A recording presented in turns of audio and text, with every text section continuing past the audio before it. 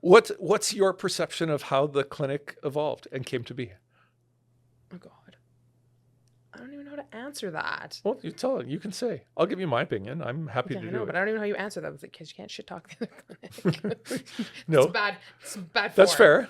You can say, look, you know what? A previous clinic we had a very negative experience with, and that's really how this started. It was a negative experience that was really becoming emergent, and it was felt that a change needed to be made. And we took a bunch of people and we started brainstorming about how we could do it differently and maybe better.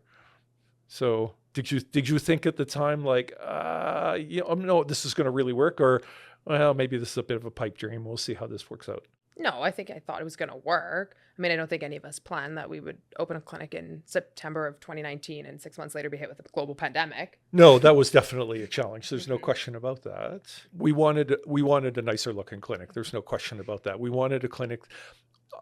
I personally, and I think I shared this with everybody at the time, I personally wanted a environment where you thought one of two things. You either thought, oh my God, I want to be a patient here, or oh my God, I want to work here.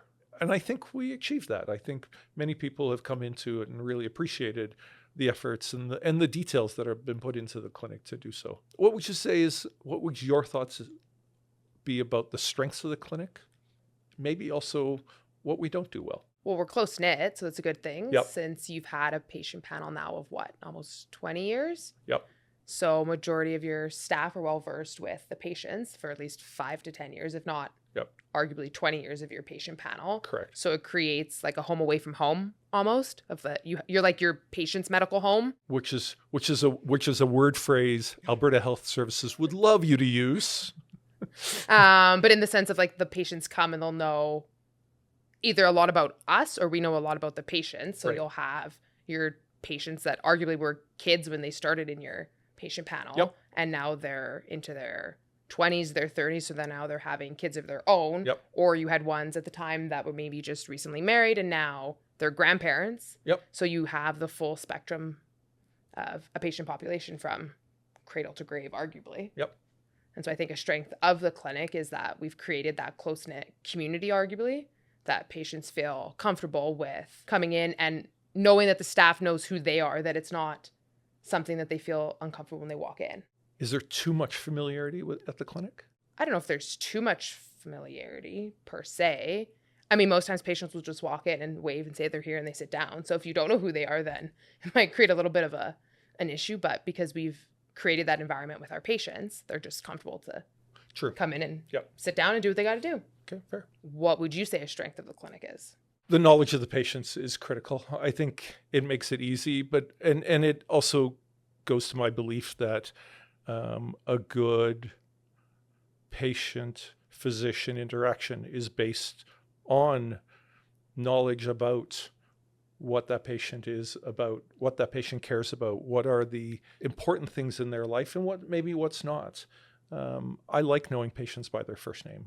I personally do. I like being able to walk into the room, greeting them often by their first name and saying, how do we help you today? Because I think that's super important. And also kind of de-stresses, what's the term I'm looking for here? Compresses an urgent situation to say, okay, we're going to work together on finding a solution to whatever the current crisis is that's going on. I think a weakness of the clinic is that I think we are a victim of our own success.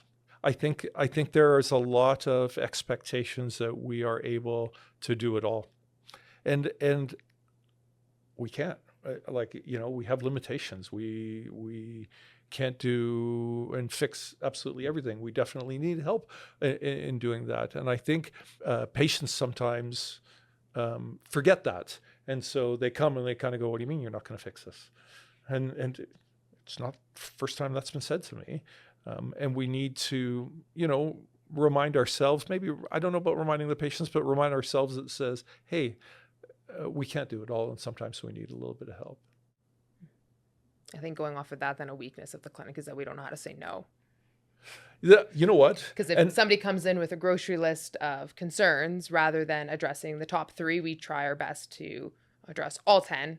You're absolutely right, actually, and sometimes we do work that. I'm as guilty as much as the next person is about that. But I truly believe that we should try to help the patient as much as possible and not place limits on the amount of care they can get at any one point in time to help out. And that's why sometimes you end up in a longer appointment, because you're literally trying to get through that laundry list of challenges or concerns that are being expressed. But you're not wrong. There are many clinics which will say only one issue or only 2 issues that are going to be dealt with at this given appointment, and any further issues can be dealt with at future appointments. It's not uncommon to do that, and I don't think they're wrong in saying that, because sometimes 1 or 2 issues are all that you can get through in the allotted time for an appointment. And then, different organizations, different clinics, different sort of structures and healthcare settings have different time allotments. And so that's really what the challenge is. I can't speak to what's right or what's wrong. I just say, okay, maybe one of our challenges, you're right, is not saying no or trying to take on too much.